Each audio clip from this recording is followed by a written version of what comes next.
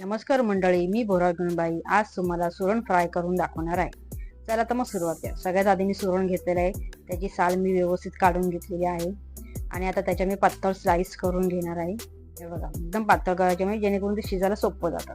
आता हे मी 2 मिनिटं ह्याला फक्त शिजवून घेणार आहे. थोडंसं मी त्याच्यात मीठ घातलेलं आहे. 2 मिनिटं, जास्त नाही शिजवायचं. आणि ते मी आता चाळणीमध्ये काढून घेतलेलं आहे. आता हे थंड झालं, आपण प्लेटमध्ये काढून घ्यायचं. त्याच्यामध्ये आपण 1 चमचा लाल तिखट, 1 चमचा गरम मसाला, 1 चमचा हळद आणि चवीनुसार मीठ आधी थोडंसं घातले, मग त्याप्रमाणे आपण ते मीठ घालून घ्यायचं. आता हे सगळं व्यवस्थित मिक्स करून घ्यायचं. मी त्या सुरणाला लावण्यासाठी बारीक रवा घेतलेला आहे. इकडे तवा तापत ठेवलेला आहे, त्याच्यामध्ये तेल घातलंय आणि या सुरणाचे कापा त्याला मी रवा लावून तळण्यासाठी ठेवले आहे.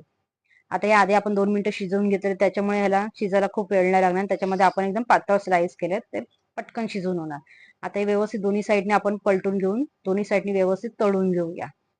बघा, अशा प्रकारे आपले दोन्ही साईडनी सुरणाचे कापात तळून तयार झालेले आहेत. खाण्यासाठी खूप छान लागतात. तुम्हाला माझी रेसिपी आवडली असेल मंडळी तर लाईक करा आणि फॉलो करा.